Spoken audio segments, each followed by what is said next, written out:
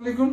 आज मुझे मीडिया के जरिए पता चला है कि असफंदियार वली खान ने जो हर्जाने का केस किया था मेरे खिलाफ, अदालत ने एक तरफा फैसला सुना दिया है।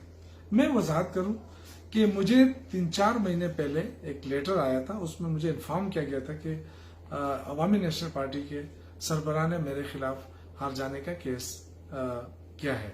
मैंने वो लेटर कानूनी मुशावरत के लिए भेजा था और मुझे यही कहा गया था कि जब भी आपको कोई कानूनी नोटिस मिले और तारीख उसमें बताई गई हो अदालत में तो फिर हम पेश होंगे। लेकिन मैं वजाहत करूं कि मुझे किसी किस्म का कानूनी नोटिस आज तक नहीं मिला।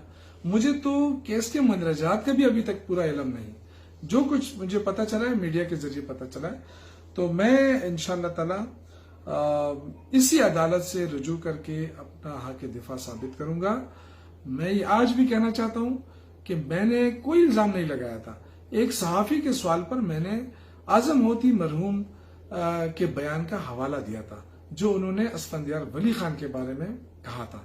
अब मुझे नहीं पता कि असफंदियार वली खान ने आजम होती मरहूम को कोई कानूनी नोटिस दिया था इस बयान पर या नहीं, मुझे उसका इल्म नहीं, क्योंकि आजम होती अवामी नेशनल पार्टी के एक अहम रहनुमा थे, मरकजी अहदेदार थे और असफंदियार वली खान के घर के भी अहम फर्द थे। तो मैंने उनके बयान का हवाला दिया था, मैंने अपनी तरफ से कुछ नहीं कहा था।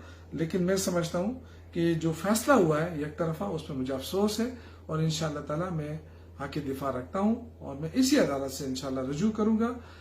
मैंने जो कुछ कहा है वो सब कुछ जो है वो आजम होती मरहूम के हवाला के बयान का हवाला देकर कहा था और मैं उस पर आज भी कायम हूं।